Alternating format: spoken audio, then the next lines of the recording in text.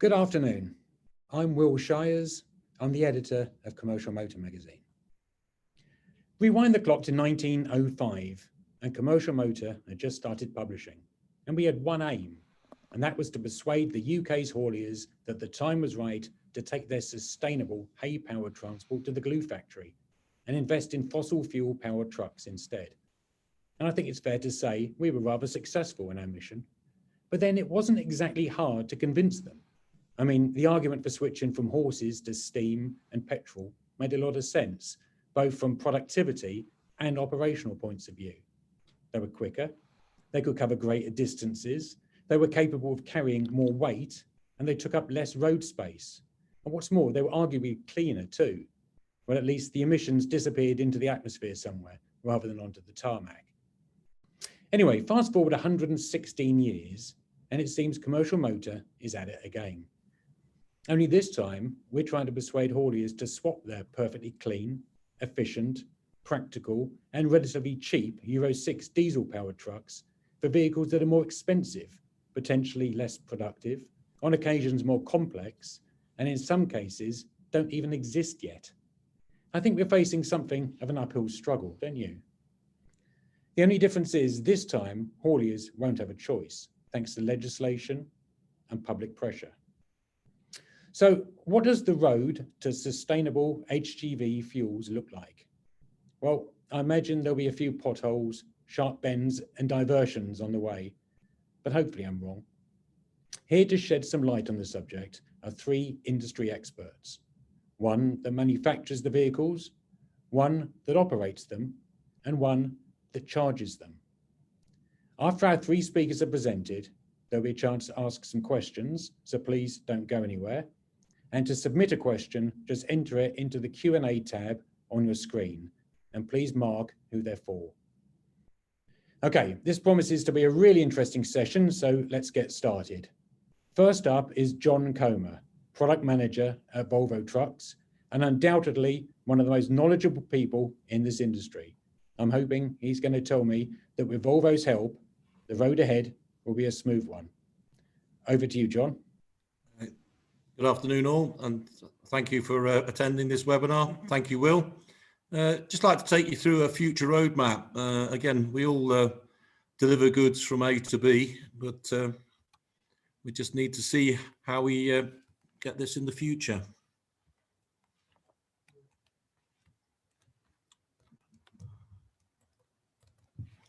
Sorry, can you see my screen? Apologies. Yeah, coming out of COVID, we obviously the industry did fantastic things to keep the whole nation supplied with food and to take away the waste. And the one thing that we really need to ensure is that people now, or we build on, understand what we did and what we do every day, because you know, we are the lifeblood of society. We go down the trunk roads, the main veins and arteries, and we deliver to the micro circularity system. So yeah, we do it every day, we do it by night, and like blood, the only time we seem to get noticed is when it spills. But as we move out, we have the 10-point plan. But let's not forget that diesel isn't dead. Diesel, we've done an awful lot with regards to air quality over the years. You know, we've gone from Euro 1, which is basically the area of Wembley Stadium, to Euro 2 with a significantly drop in soot, to Euro 3 in 2000, then to Euro 4, and then a massive change to Euro 5, and the big one to Euro 6. So again, even from Euro 5 to Euro 6, we've seen a 50% reduction in particulates and an 80% reduction in NOx. And the focus has changed from particulates to NOx, as we see in the latest round of clean air legislation with regards to the London Low Emission Zone and the clean air zones that are being rolled out by DEFRA. So again, society is putting great pressure on us with regards to air quality, but still there is the argument of carbon dioxide and the effect on the planet. So again, as we deliver goods from A to B, we now start on our journey from D to E, diesel to electric. And again, the journey starts with regards to decarbonisation with the new industry standards called VECTO, we've got to achieve a 15% reduction in CO2 by 2025 and a 30% reduction by 2030, based on a baseline of 2019. And although this is EU rules, it hasn't gone away. It will be written into UK law as well. As Volvo Trucks, we've set our target even harder, and we're looking for a 50% reduction in CO2 over the same time split period of 2030. So how can we get there?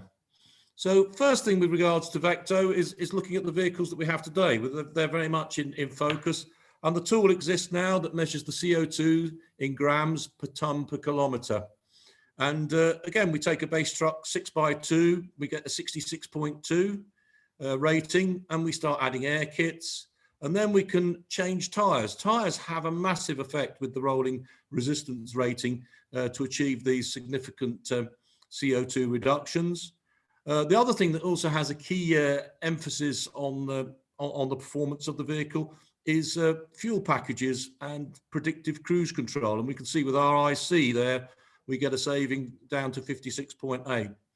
And as I said earlier, diesel's not dead. So we can now look at a 460 engine, which we call iSave, where we have kinetic energy recovery encompassed with fuel packages to improve a figure down to 53.7, overall getting an 18.9% reduction in CO2.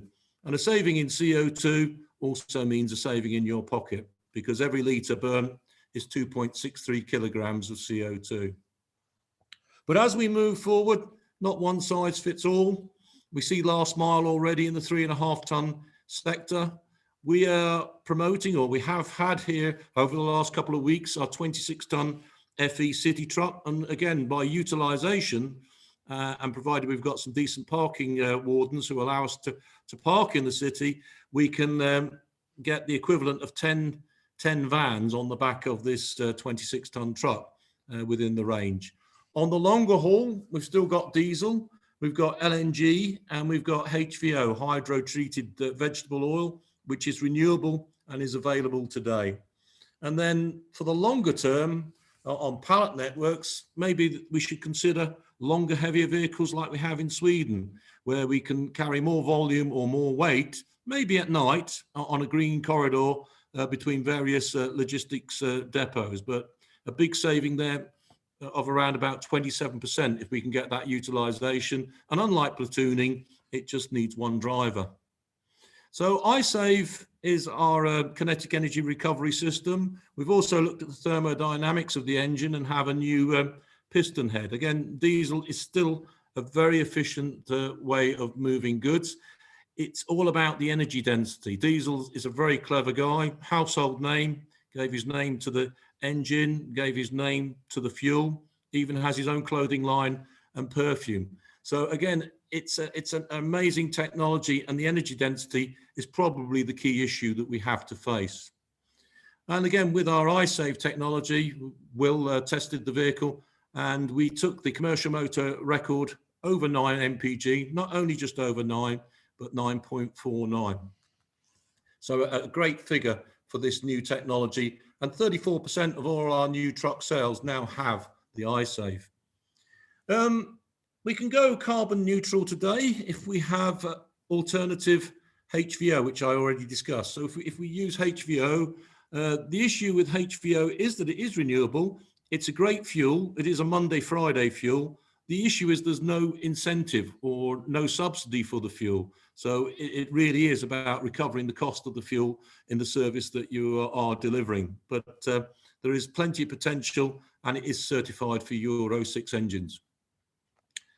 We have recently launched, or we have available today, the FL and FE as electrics. So we're already on that D2E journey. And the big difference from diesel to electric is in terms of efficiency. We don't measure the energy after the event in miles per gallon. We've got to look at the range prior to the event. So the sale of a new electric truck will involve working with the bodybuilder and route planning, and we need to work out the number of batteries that are required, because the batteries, again, in terms of energy density, weigh in around about 520 kilograms a piece for 65 kilowatt. By the way, that's a refuse cart in the middle. That's not the battery.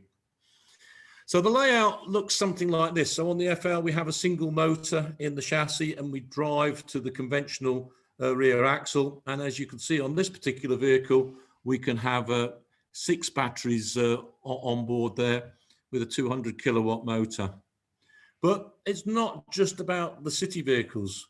What we're doing now is we're speeding up the shift. So again, 3 weeks ago, we launched the FM, FH, and FMX electric vehicles. And we're now working for the heavy-duty product. Yes, there is a little bit of a time lag between the availability of these trucks, but again, we've got to work through and make sure that they're right for your operation. So how the lineup looks. So probably one of the best trucks to give an example of is the FM. The FM is available with the 3-star direct vision, so has a good focus towards the city. It has 2 or 3 motors, so it can go from 330 to 490 kilowatt, and it has an energy available of up to 540 kilowatt hours and a range of 300 kilometers, and it uses the 12-speed I-Shift gearbox, and will be available as a range of tractors from autumn of next year. And the lineup looks like this. The key focus is primarily on a 4x2 tractor, although 6x2s are available, but because of the energy density, they will be tag design. One of the key issues, of course, with the change to electric trucks is incentives to cater for the weight of the additional batteries. There is an incentive that exists on rigid vehicles based on the gross vehicle weight, but today there is no incentives based on the GCW for these trucks. But again, working together and taking part in consultations, we can push. And I think it's really important that the industry, not just the manufacturing industry pushes, but the operating industry pushes when the next consultation comes out, because it's the circular issues that will probably be the bigger issues rather than the technology. We also have the rigid range, and again, a further range of battery options here, kind of suited to a shorter range. And one of the key elements here is power on board and working with the bodybuilders. So we'll have a direct PTO, an electric PTO, and because we're using an I-Shift gearbox, we'll even have a hydraulic PTO, but electric will be the most efficient way of powering the body. And again, that will be around about spring 2023. And so the lineup for Volvo will look like we have the 16-tonner or 16.7-ton FL range available today. We have the FE available as a 6x2 today, but later in the year we'll have the 4x2, and then we'll have the full range of 4x2, 6x2, 6x4, and 8x4 for light construction. And as you can see, there are incentives in weight, but only for 2 and 3 axle trucks. And one of the key elements you'll notice is that the architecture of the truck will change. So we'll have to look at the operation in terms of how it physically operates, particularly on the 8-wheeler vehicle, where space is taken down the side of the vehicle. We won't have the 2 steering axles in the future. So how does it look for the future? Internal combustion engine, we see that phasing out to around about 2040. It's still there. We have methane in terms of LNG. So in our E2F, we will have methane for a while. And again, we will have battery electric, which we have just launched now. Around about 2025, we will have the F. We will have the fuel cell. And we're working with a small vehicle manufacturer called Daimler in a joint venture called Cellcentric to bring the fuel cell onto the market. And again, our goal is not necessarily zero tailpipe. Our goal is to look at both the technology on the vehicle, but a key element is to look at where did the source of the fuel come from. So again, our goal is about fossil free, which will probably be a good time for me because I'll be probably retired by then. Just finally closing, we've talked about E2F, but I'd just like to talk about the success of G. The success of G is gas. I mean, we're already on the transition to one alternative fuel. We've got over 770 gas vehicles on the road. And the key element of the success of this is working with the operation. It's working with the drivers. It's working with the dealer. and it's working with the infrastructure or fuel supplier to get the CO2 reduction. And also the other key element here is the incentive. We have an incentive on natural gas until 2032. So the diesel technology used here gives us the high efficiency, it gives us the big torque level that the drivers love, and also the key engine braking performance.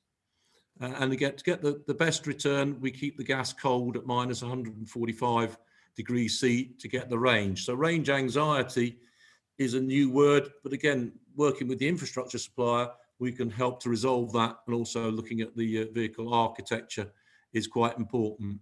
So that's a quick insight to the technology that Volvo are currently working on. So I'd like to hand back to Will, and thank you very much for your time. Thank you, John. Very informative. Now, we've got some questions for John, which I'll be putting to him at the end of all three presentations.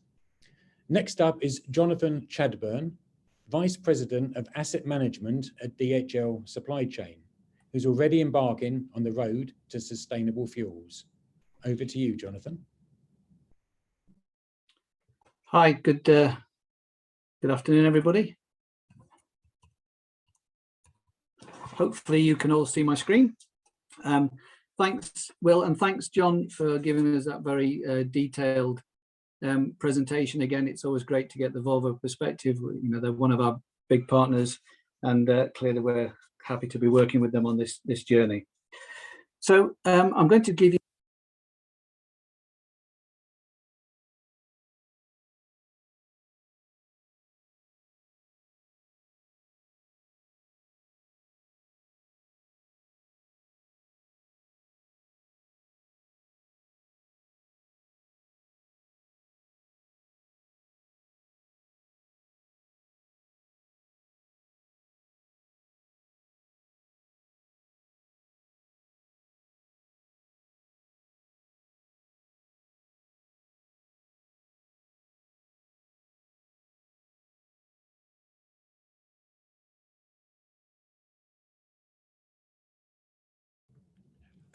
Jonathan, we can't hear you at the moment. Are you, have you muted yourself?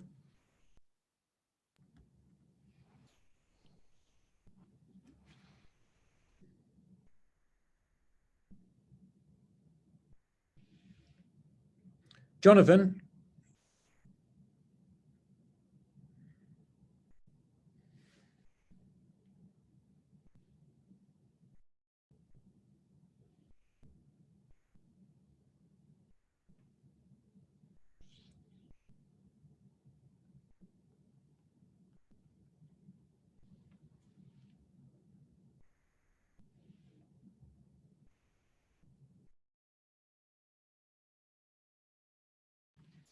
Right, sorry everyone, we seem to have lost sound. Can you bear with us a second?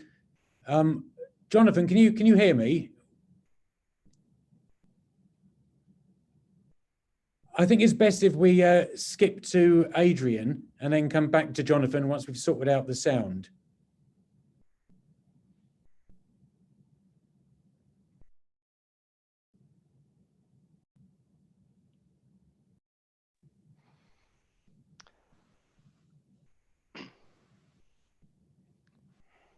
Adrian, do you want to go now, and we'll come back to Jonathan? Yep. Good afternoon. Not sure whether I can share my screen while Jonathan is sharing, actually, Will. Okay. Let's have another go. Right. Let me know if you can see that. Yes, we can. Perfect. And hopefully the sound stays where it is. The wonderful world of technology. Here we are talking about it, and as per normal, it throws in its little issues. Thank you very much, Jonathan, and I'd like to thank my friends at Volvo for the opportunity today to come and give you an overview of electrification of the heavy duty market. And I do have to say apologies in advance, but there will be lots of pictures of buses, because predominantly in the heavy duty sector, that has what has led the way up to date. So just in terms of who we are as Schwarco, Schwarco is a growing international group providing the complete range of products, systems and services and solutions for road safety and intelligent traffic management systems. And we were founded in 1969 by Manfred Schwarsky, and it is still a family-owned business. And for those of you who are into jewelry, then it is absolutely the same family that owned Schwarsky Crystal. We've got 5 decades of experience in the industry, and the organization has continued to support the growing mobility needs with turnkey systems, traffic control, parking, public transport, infomobility and street lighting. And I didn't realize until starting my journey with Schwarco that you probably come into contact with their products every day of the week, from some of those overhead signs on motorways all the way through to the exit barriers when you're leaving the airport car parks. But predominantly, we've started to focus more recently on those cooperative systems, such as electromobility, integrated software solutions for smart cities. And we're starting to shape out our future orientated fields within these areas. In terms of electric vehicle charging, we have been active in that space in the UK since 2010. By the end of this year, we'll have over 10,000 chargers in place in the UK. And in June this year, we will also take over the operation of Transport Scotland's ChargePoint Scotland network. We have been supplying charging infrastructure and solutions into the heavy duty market for around about 7 years now, but we really haven't had a massive push until this year. And we have one mission statement, really, I guess, which is to be the most trusted partner for infrastructure and aftermarket support in the heavy duty sector. So I could run through a range of products today, but I really didn't want to do that. What I want to do is give you a little overview of what we've done to date, move you through some of the lessons that we've learned, speak a little bit about collaboration, and then finally sum up on where we think the future may take us. So our experience to date, as I said, we have been providing charging solutions for the heavy duty market now for around 7 years. And I did warn you there would be shots of buses here. And we installed our first bus chargers in Nottingham back in 2014, and have since gone on to install a number of chargers in London, Manchester, and more recently we've put some high power charging in to support a coach and the first refuse collection vehicle up in Dundee. Predominantly they were all early AC projects, but as we move through this year, we are now seeing a growing demand for faster DC charging. So learning and development, I think really it is key. You know, we can all sort of sit in these seminars and say to each other that this is easy. And I think if we're honest, the more that we move through the next few years, the easier it will become. But electrification of bus and truck depots is still a relatively young business. And I think there's just coming up to around about 800 electric buses in service today. Not sure on trucks. I should have got the stats. But when you consider the whole vehicle part, that is relatively small in terms of the numbers, but they are going to grow. And in terms of our early deployments, they have been troublesome. And I just want to touch on a couple of experiences that we've had. And one of the first ones is that we electrified a bus depot probably around 3 years ago with some AC charging. And had we have known at the time the demands that that kind of operation puts on a charger, we would have probably tried to develop a product that was more suited. But unfortunately, because we are putting a huge amount of demand on these chargers at full power for up to 10 hours a day, 7 days a week, we have had a number of reliability issues. We are continuing to work with that operator. We've made some upgrades through this year. We continue to test. And what we will do is continue to work with them through the remaining part of this year to give them a solution that will actually support their operation for the next 12 to 14 years.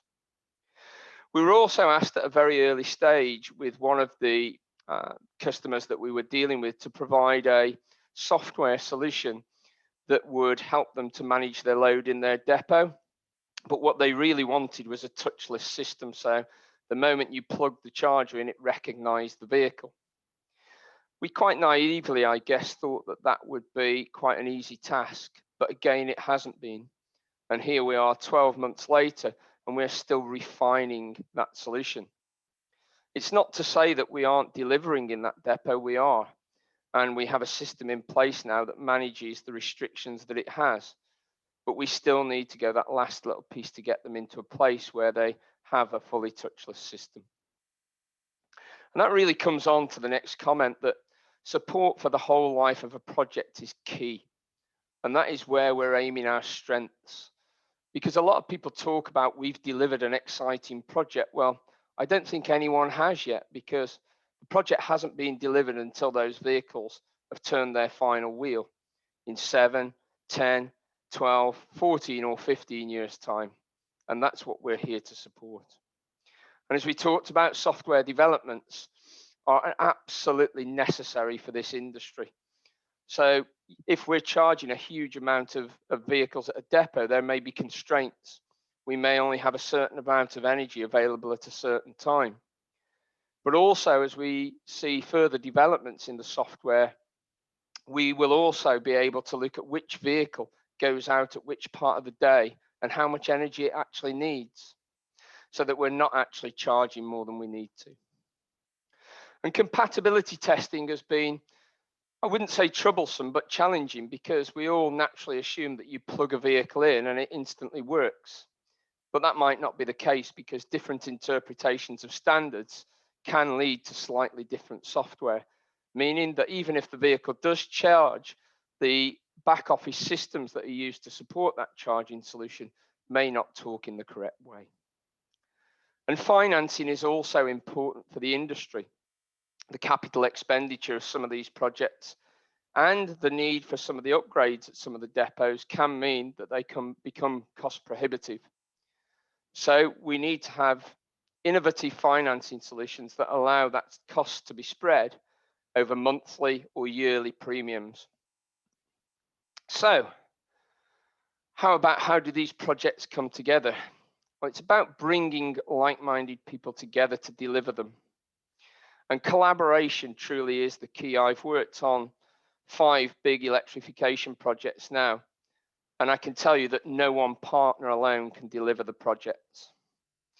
We've been working with SSE in particular in the UK recently to try to bring together a compelling package that we can offer some of the transport operators and bus operators out there, where we can actually do everything from supplying the point of connection, to ownership, to asset value, to the infrastructure, the management and maintenance of it, and the software platforms to enable that to do what it needs to do on a daily basis. And it's a shame that we didn't hear from Jonathan, because operators are also the key to this. In fact, they're the driving factor. We have to have operators that are willing and on board with this to really show how innovation can work. Central government has a huge part to play, and that's not just in terms of setting the regulatory demands, but if we go back to the bus industry, the low carbon bus agenda has been very, very successful indeed. And why has it been successful? It's because of some of that government stimulation that's been offered. Local authorities are important. We may need from time to time to get planning permission or put en route charging or hubs that can support the operation of vehicles in our towns and cities. Civils providers, the people who actually put the kit in the ground, are extremely important, because without them we would not deliver anything. And finally, academia.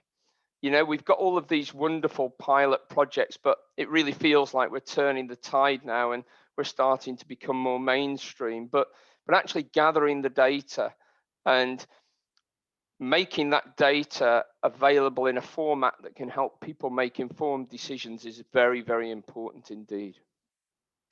So finally, what does the future hold? I wanted to put the flying car on there because over the last few weeks, I've finally managed to start getting out of the house again after lockdown, and it seems like everyone else has, and a flying car would be absolutely fantastic.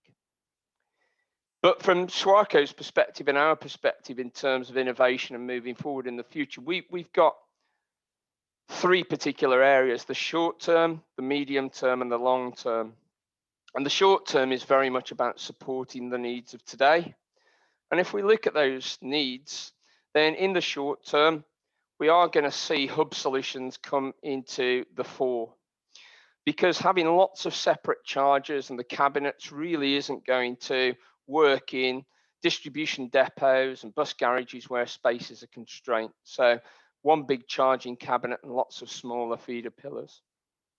We are going to move to higher powered DC charging throughout the end of this year. And by the end of the year, we'll be able to offer products up to 300 kilowatts. In the medium term, en route charging, DC and pantograph is going to become important to us, because as we push the boundaries of having those longer operations, we're going to need to have en route charging, whether that's hubs that are shared by taxis and private cars, or whether it's pantographs that might be a bit more specific to the bus industry. But longer term, we believe that autonomy will have a huge part to play in this, and that will guide where the industry goes. And I always love the picture of Vera down there in the left, the fully autonomous Volvo truck. And connectivity as well is going to play a huge part to enable us to get to cities of the future. And I'm not going to say smart cities, because there's constant talk of smart cities. But how we feel within our organization is that if we could get the bus or the truck to talk to the charger, that would be great, because we would know whether that truck or bus had enough energy to fulfill its next route. And then if we could get the charger to talk to the traffic system, and we knew that a truck or bus had a very low state of charge and really needed to charge, then we could actually start to prioritize that vehicle's movement through the city. So it really does become an ecosystem that fully supports the introduction of electric vehicles. So hopefully that was a good whistle stop and quick tour of what we're doing, where we've been, and where we think we're going. And I welcome questions later. Thank you very much, Adrian. We're going to try and speak to Jonathan Chadburn again. Failing that, we'll move straight on to the questions, but let's give it a go. Jonathan, are you there? Can we hear you? No, we don't seem to be able to hear you. We can see you, but there's no sound. Okay, let's move on to questions for now. Right, first one for all of the panel. If you were in government, what one key incentive would you introduce to stimulate the move to zero emission trucks? Do you want to kick us off with that, John Comer? Yeah, I think, as I say, it's difficult to know what incentive to do. I mean, obviously the key element with the electric truck is the capital cost. There is a grant available. It has been written around probably after fits, and we're working with OZEV, and we've probably done the first part of the range simulation, but the commercial side. But I mean, the current grant stands at around about 25,000, I think, for the first 100 vehicles, and then falls to 16,000. It's just been recently updated. So again, we probably want a grant or some incentive that is a little bit more permanent and has some has a little bit more rather than a limit on it. And similarly with the weights, we ideally love to see, particularly on the 8-wheeler, some benefit there for the payload, because that is a payload sensitive operation in the main. Okay, Adrian, have you got anything to add on that? I'm currently can't start my video, but yeah, I mean, it comes back to what John said. I think there needs to be some stimulation in the market. I've talked a lot about bus today, but bus has been incredibly successful. And, you know, whilst I don't think that it can be mirrored across to the haulage industry, certainly some incentives around trying to help to stimulate the infrastructure and some of the costs around the infrastructure would probably be very well received. But we do need to find a mechanism that helps to make this cost effective and helps to move it forward. Okay, one for you, John. This is from a Scottish operator who has a gas-powered Volvo FM 6x2, but hasn't been able to use it for 3 months as BOC has pulled out of the LNG market, meaning there's no gas availability in Scotland. He asks when you think Scotland will get LNG, and is there any support for gas companies to put in an infrastructure? Okay. Oh, sorry to hear that. I mean, there are obviously several key players in the gas market: Air Liquide, Gasrec, Flow Gas, etc. So yeah, it is the key issue with the changes is the infrastructure. Yeah, I mean, again, we could take discussions with those current suppliers to see where the shortfall is, but it's obviously a very specific question towards that region.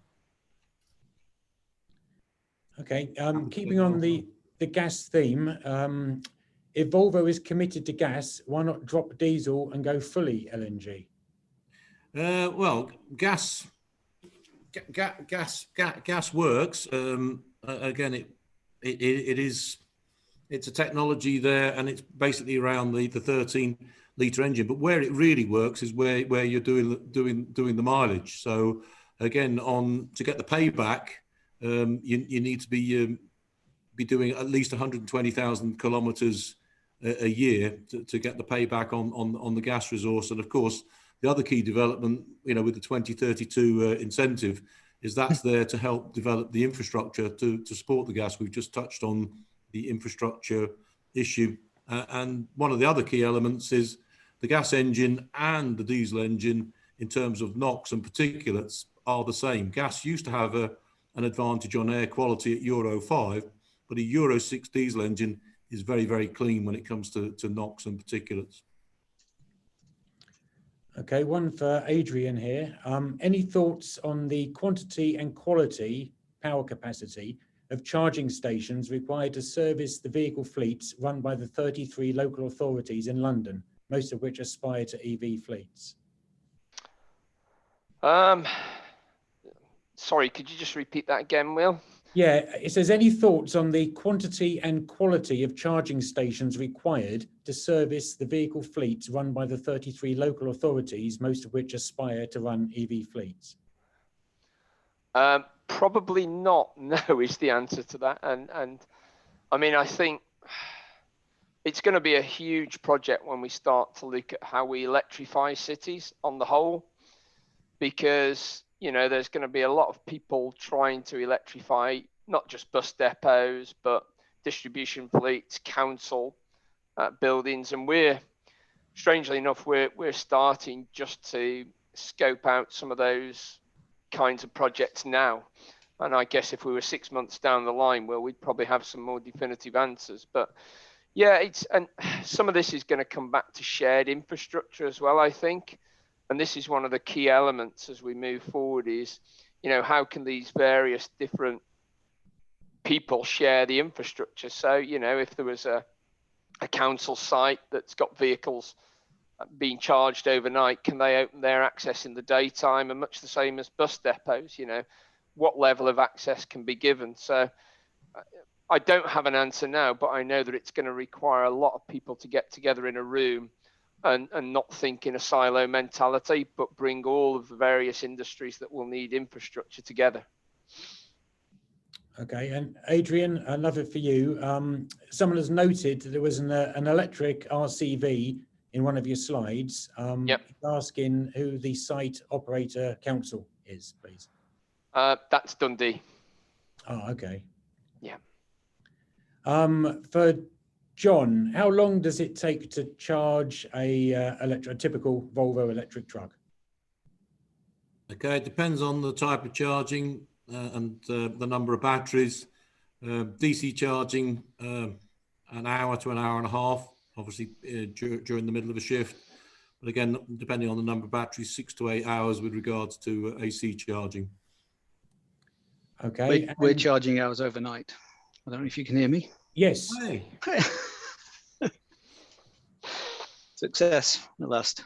Excellent. Should we try and view your presentation then, Jonathan? If he doesn't want to upset the flow too much, if that's all right with everybody. I think it would make sense because there's certainly some questions that I've got here that you're probably going to answer. Okay.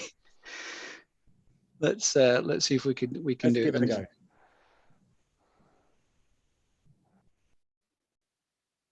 Okay, so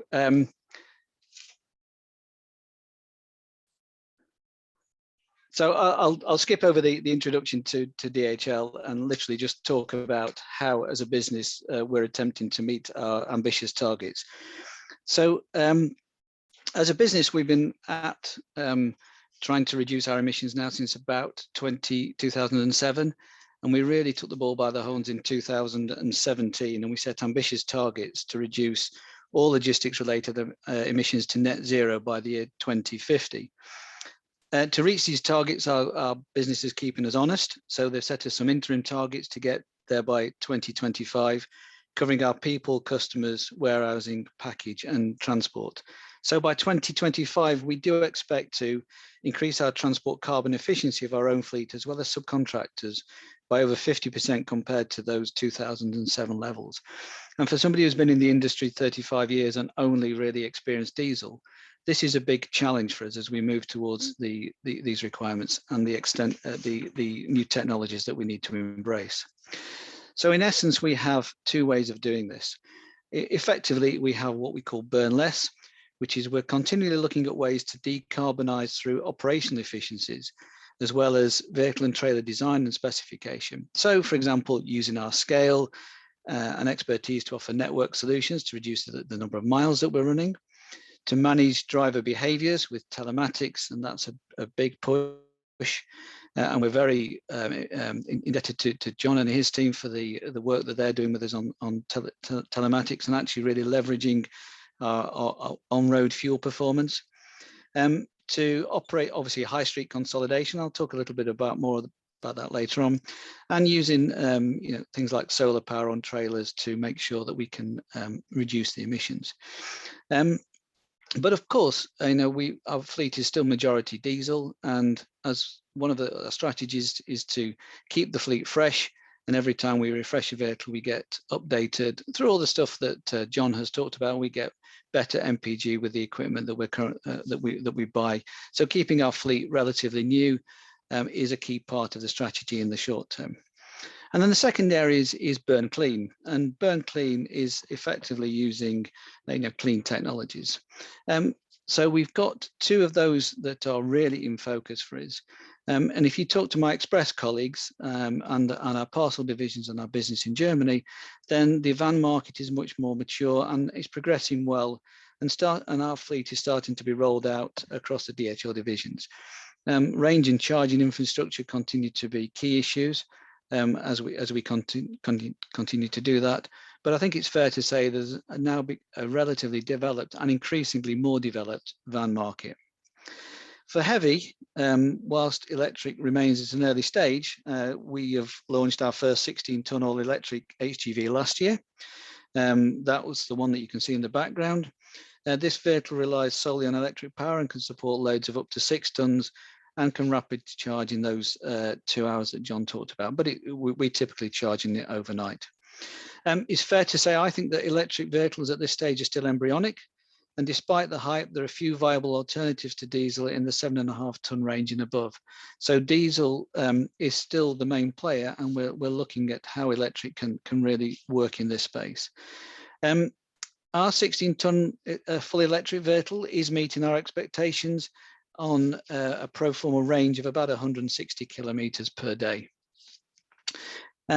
It's also fair to say that new market entrants have focused on van equivalents, and that's been a little bit disappointing in this space. And as John alluded to as well, distribution vehicles are not expected until 2023. And even when they do arrive in 2023, the range potentially limited to 300 kilometers, which is annualized at around 100,000 kilometers a year, which for many operators, you'll realize that probably at the low end of what you would want to get out of a tracked unit. So in the short to medium term, gas remains the most viable alternative fuel for heavy vehicles, in our opinion. DHL supply chain are using gas as an alternative solution, and we plan to accelerate uptake across our fleet up until 2025, which is effectively our next investment cycle. The new generation of gas vehicles can deliver 10 to 20% reduction on fossil gas and up to 80% CO2 reduction on biomethane, depending upon the content. And that really is a key contributor for us as we aim to reduce our emissions. The commercial equation now is complementing the environmental one with gas. Gas vehicles are becoming viable, especially for high mileage operations. And we see the break-even point typically around about 160,000 kilometers per annum. They're more leveraged than diesel, so the higher the mileage, the better the business case. Reliability is much improved. Adoption by the industry is taking off despite the barriers to refueling. And most importantly, probably in all of this, driver acceptance is better. They drive like a traditional diesel, sometimes with the advantage of the power ratios. Back to base operations do benefit gas operations the best at the moment. And they are perhaps, in our view, the best opportunity to bridge from diesel to electric and the electric cell era, which we expect to be from 2030 onwards. So to get to move forward significantly in this arena, we need support. We need support from government, and we need to be influencing the industry. We've got some policy priorities. So we talk about a single good practice for the across the UK. We understand that transport is devolved power in many areas in the UK, but it's important for policymakers to recognise that we service the UK as a whole via the network model, which enables us to make the kind of environmental savings from efficiencies that we've talked about before. We therefore need interoperability from our fleet. And as we now have the situation where potentially we have almost unique vehicles for London as we transition, and London is a regulatory environment that is unique to London itself. So whilst we're ambitious with our environmental goals, we remain concerned about the disaggregated, fragmented nature of the legislation. So the number of clean air zones have been rolled out. Some have been put back, such as Leeds, but clearly the different types and standards are really giving us some challenges as we are, effectively still governed by EU legislation, but at the same time we've got local decision making. We need a clear roadmap to support vehicle investment. These are not short-term decisions, both if we're talking about investment in vehicles, but also investment in fueling technologies or working with fueling technologies and gas and electric providers. These are long-term investment decisions, and we need some certainty. So, for example, the plug-in grant for vans was recently cut overnight from 8,000 to 6,000. That gives us a challenge. We have the gas duty differential. So the case for diesel versus gas, or gas versus diesel at the moment, is very much predicated upon the reduced taxation of gas. Now, we understand that is going to go through until 2032, but there are reviews scheduled, and that might be reviewed in 2024. Biomethane is the best available option, but it's important that the duty differential continues to apply to all natural gas as well, until the security of until we can get the security of biomethane. And we hope that the upcoming transport decarbonisation plan will provide businesses with the clarity for the investment that we need. And then we need sufficient land for logistics purposes. One of the key challenges that we're going to have with electric for the foreseeable future is range. And our vehicles typically doing 160 to 240,000 kilometers a year. We're going to have to relocate or locate vehicles closer to urbanization, or closer to or to put more hub and spoke operations.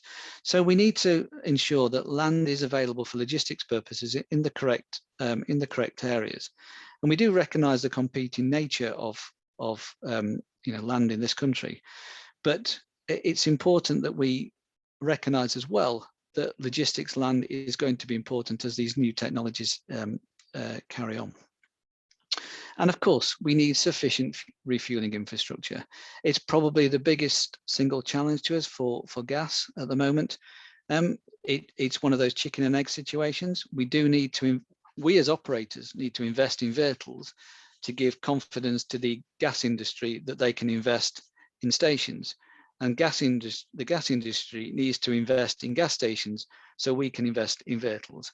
And I think it was Adrian who talked about collaboration on electric, and clearly collaboration on gas and the refueling infrastructure. And one of the questions already talked about the challenges in Scotland. Those things are really important. And we as operators, again, need to pool our resources to make sure that we have open access for gas as and when we have it. So I think in summary, diesel does provide an increasingly efficient powertrain. You've seen the work that John has presented, and as a business, we are still reliant heavily on diesel, and we will still heavily be reliant on diesel for the foreseeable future, even though our ambitions are very much focused towards alternative fuels. Gas, we think, will provide a significant and useful stepping stone. It's a bridging technology. It's challenged because some OEMs are not even investing in gas, but thankfully our colleagues here at Volvo are. So that will provide us with a really good stepping stone. And then we need continued development with electric. Electric, we know, will become increasingly important. But the big question, of course, is how quickly we can move to electric, and the equation. At the moment, electric is not a commercially viable alternative in many cases as you move through the weight ranges. So we need to have that alternative in terms of commerciality and in terms of availability and range. And I think if we can start as an industry to work together to meet those challenges, I think we'll work towards a much greener, CO2 reduced world. So with that, hopefully I can hand back to Will. Thank you very much, Jonathan. Worth the wait, I think. Someone's asking here, when you mentioned the replacement of HGVs and keeping the fleet young, how long is a typical replacement cycle approximately?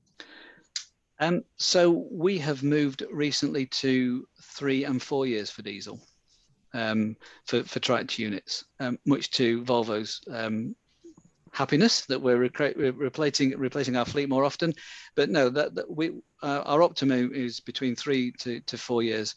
Some at 5, but typically 160,000 kilometers and 3 to 4 years. And another for you, Jonathan. What does the driver think, and how much training was required? On the electric? I'll answer. Yeah. So probably 2 or 3 days on the training. We've got 3 or 4 drivers who are running it around London.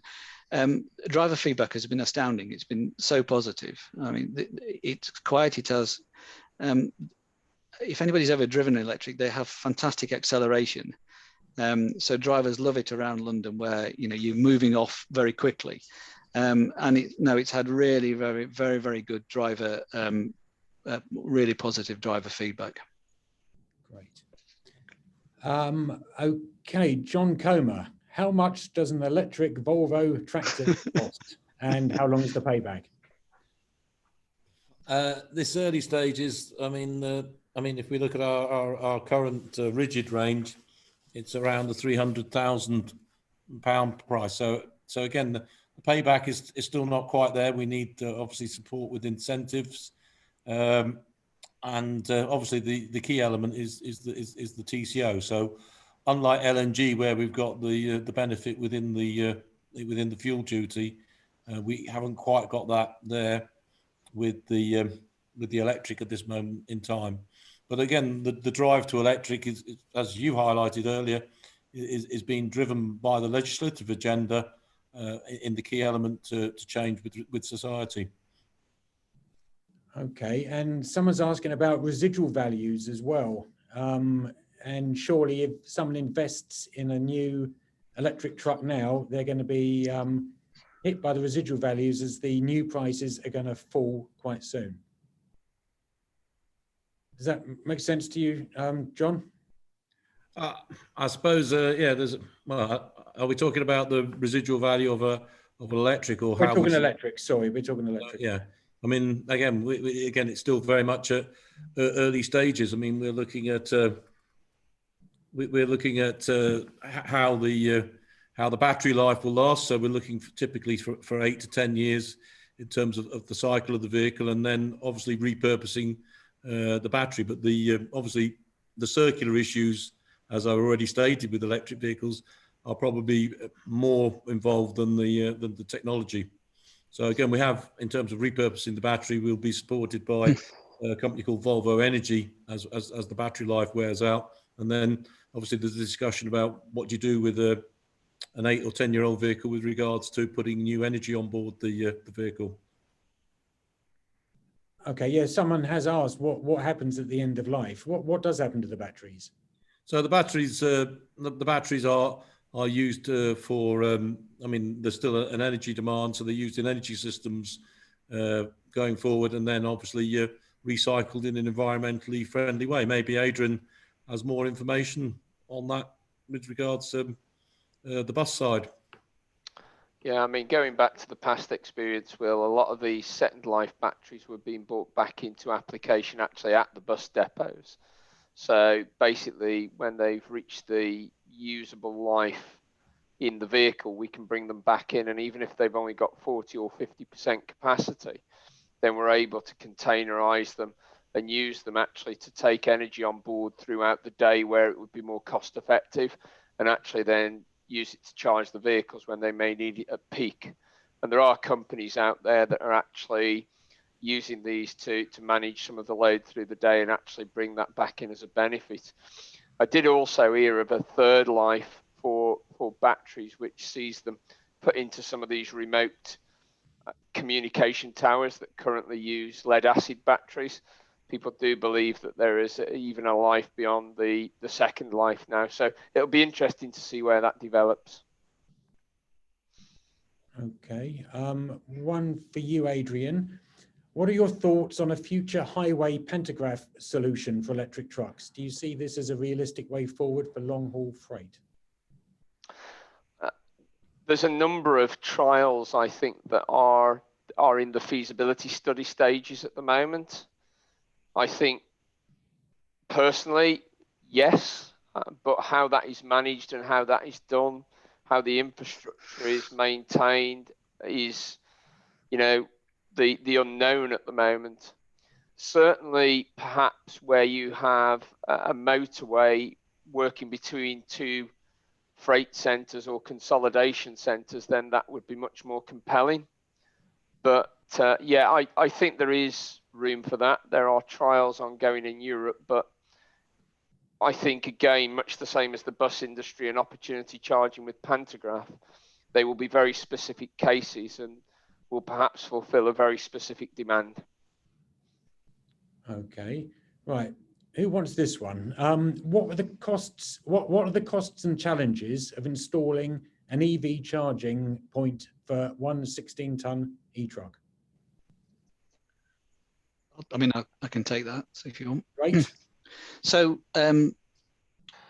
we've taken the standard charging approach on this particular one, which is means that the costs are relatively low compared to putting DC fast charging in, and that's because the operation that the vehicle is going on to doesn't necessarily require us to double shift it, etc. I think it's like all of these things at the moment. If you go for the faster you want to charge the vehicle, the higher the cost of the infrastructure and the higher the cost of the just the overall package that you're going to put together. So you can't.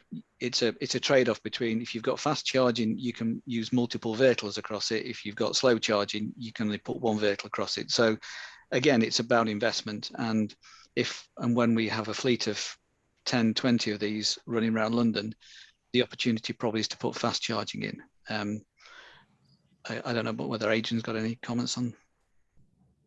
Yeah, I think, Jonathan, that's absolutely correct. A lot of people at the moment are absolutely fixated with DC fast and ultra fast charging, when actually what we try to do as an organisation is look at an operation, and predominantly bus, but now we're moving into that truck space as well.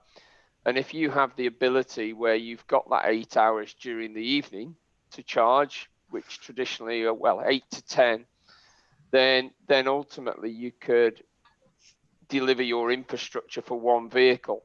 And comparing it to DC, it would probably be an eighth of the cost by using AC. There are a number of different chargers now that go up to 43 kilowatts AC. And in fact, we have a dual 43. And what some of the bus manufacturers have been doing out there is actually fitting 2 onboard chargers. And they have the ability now to charge at 83 kilowatts AC, which again is a fraction of the cost of buying an 80 kilowatt DC charger. So it's about looking at each one of these opportunities and trying to find the most cost effective way forward for the operator. Okay, there's a few questions here. What our panel think the effect on the national grid will be as the number of electric vehicles increases? And do they think we'll be burning more fossil fuels at power stations to cope with the demand? Anyone like to take that one on?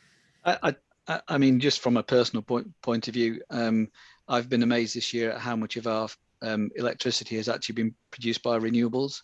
I think you'll also, if you're close to this sort of agenda, you'll notice on a number of days as a country, we've not burnt any coal.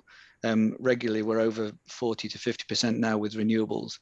I think as an industry, clearly we're going to be pulling on the grid more and more, but I think we are going to be less of the challenge. It's going to be more the domestic user who are going to be pulling on the grid for the next 10 years, which is why I see gas as being that interim step for us, certainly for the next 5 to 10 years. So I think it's for cleverer people than myself to certainly have a view as to how the national grid is going to cope. You would expect that it's certainly something that's been looked at, but I think if we're certainly as a country burning way more, less CO2 and using far more renewables.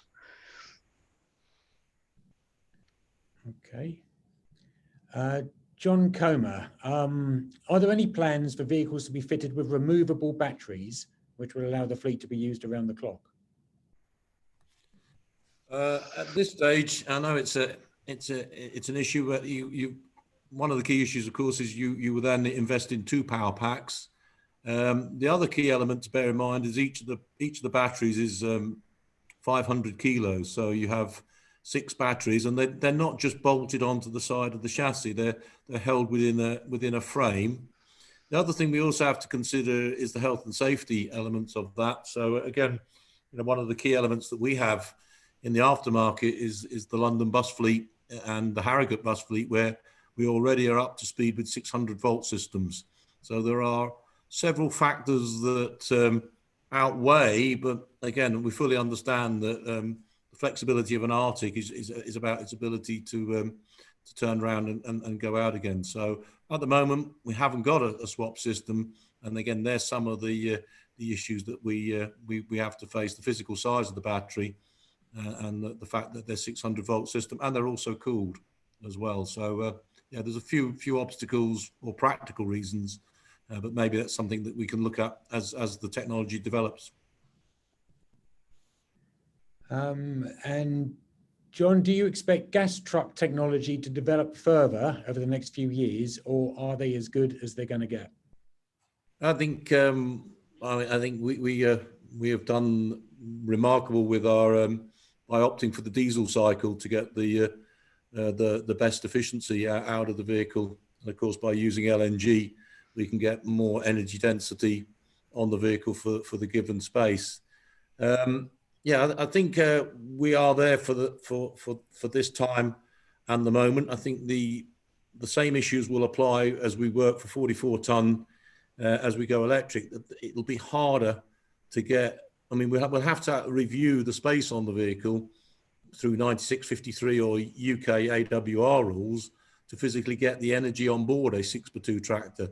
So I can see maybe the 4x2 electric vehicle coming more to the fore if we can get some incentives on weight. So I think gas is there for the long haul, and maybe electric, swapping, using the semi-trailer to swap for the city distribution where a clean air zone has required zero tailpipe. So the two will be working together. Okay. Well, that kind of answers this one, because it says, are Volvo looking to push one technology harder than the other in relation to gas and electric? And apparently, well, this person says with the car sector, it's very much gone down the electric route. And is that going to be the case with gas just being a stopgap?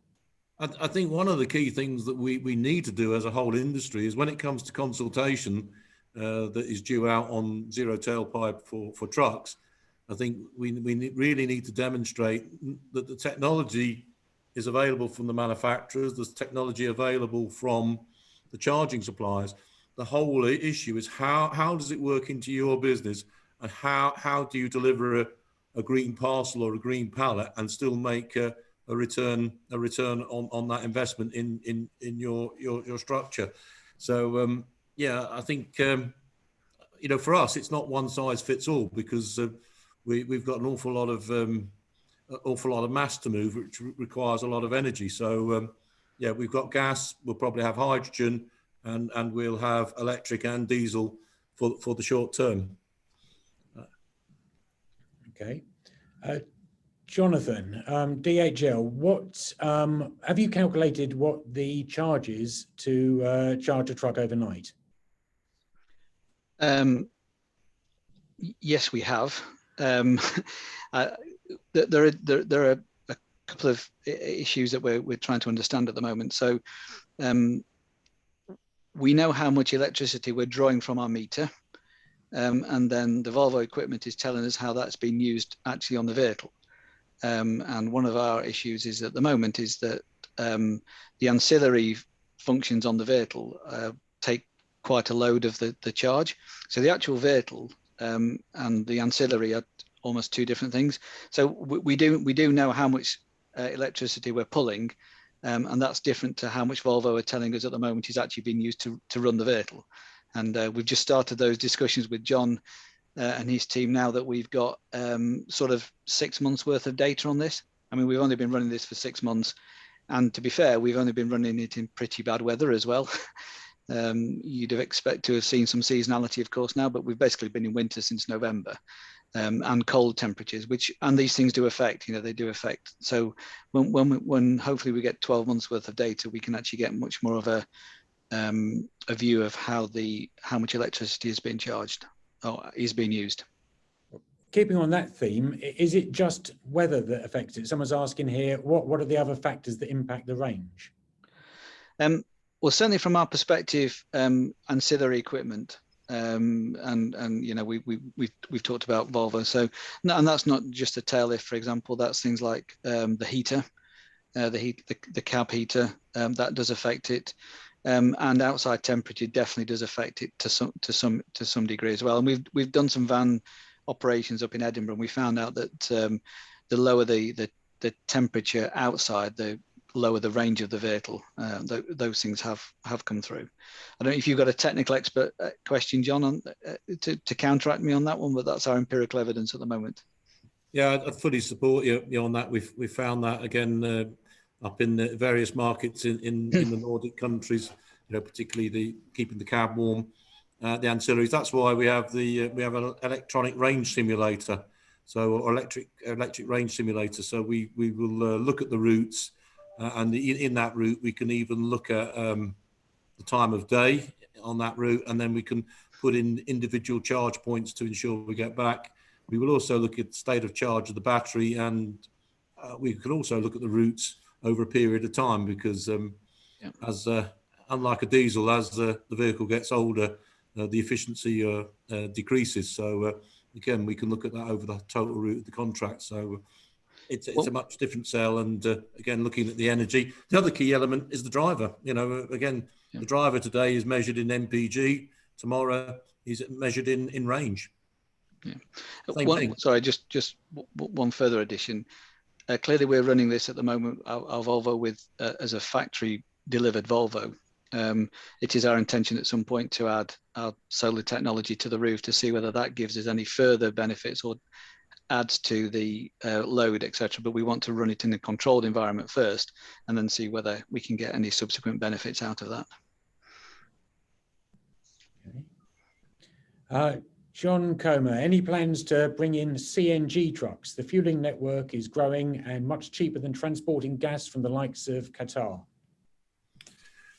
No, we have no plans for CNG. We do offer a CNG FE that was aimed at the city market, but the CNG, again, is a return on investment with regards to CNG and the air quality. So again, you know, it will still be a Euro 6 CNG diesel going into the city, whereas the focus has now turned primarily with city trucks towards zero emission. Albeit, I do acknowledge that for the clean air zones, Euro 6 is very clean, but the focus even within the cities is zero emissions in even certain roads. So we have no plans for CNG in the future. Okay, right. I don't know who's going to take this one. How many large open access bio LNG sites do we think the UK needs to overcome operators' refueling anxiety? Substantially more than we've got is a flippant answer. I think at the moment there are, you know, it's less than double figures. So clearly it needs to be significantly more, maybe 3 or 4 times more than we've currently got.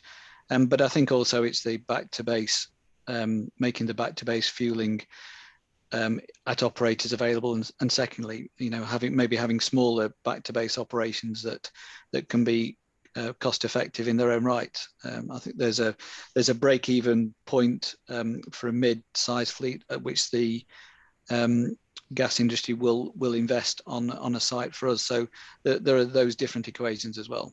I think the gas, I get the feeling, and you know, from my contacts in the gas industry, that you know they are willing to invest if we can give them those opportunities. Okay, and Jonathan, someone's asking whether your LNG site is available for other companies to use.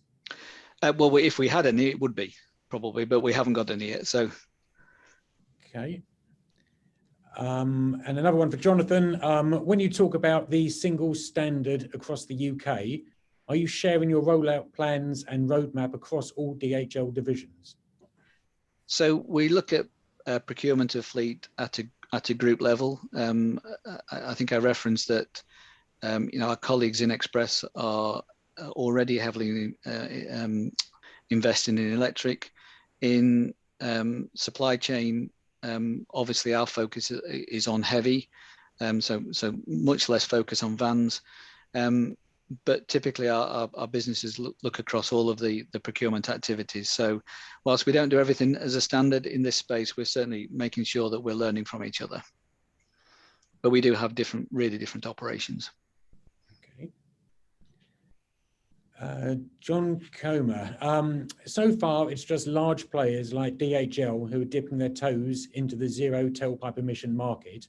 How long will it be until the price of electric trucks fall to a level that makes them affordable for smaller players too? I think a lot of that is obviously driven by battery technology. So again, you know, what we've seen is we've gone from 50 kilowatt hour to 65 on the FL and FE, and on the new range on the FM and FH we'll go to 95 kilowatt hour. So we might not necessarily see the price fall, but we'll certainly see the power for the same price go up in terms of energy. Yeah, it's a difficult one. It depends, as you say, on the adoption and the further rollout of electric vehicles. So yeah, it's trying to make it viable. And again, incentives would help to get more customers on board. And John, are all your dealers now geared up to work on electric vehicles? Our dealers, as we roll out, Yeah, all the dealers are up to speed with the information. We've got a huge benefit of having Volvo Bus and the journey that they've been on since 2009 to support us with regards to the transition in terms of this technology. So, key dealers in and around major conurbations such as Leeds and London and Scotland are all, or Glasgow and Edinburgh, are all are geared up. And again, there's a full program running through as vehicles are adopted. And in the same way we've done with gas. Okay. Another for you, John. How optimistic are you that green hydrogen will be available to support your projected fuel cell ambitions? Well, as I say, as we've set out for fossil free, I mean, green hydrogen is a key element of that. So again, it's looking into the future, but again, our route is fuel cell for long haul, again supported by green hydrogen. Okay, I think that's about it. So thank you to our panel of experts, and thank you to you lot for joining us. I think it's been really worthwhile. I've certainly learned lots. Now, as from tomorrow, the recording of the webinar will be available on freightinthecity.com. So thank you very much, everyone, and goodbye. Thank you very much. Thank you. Thank you.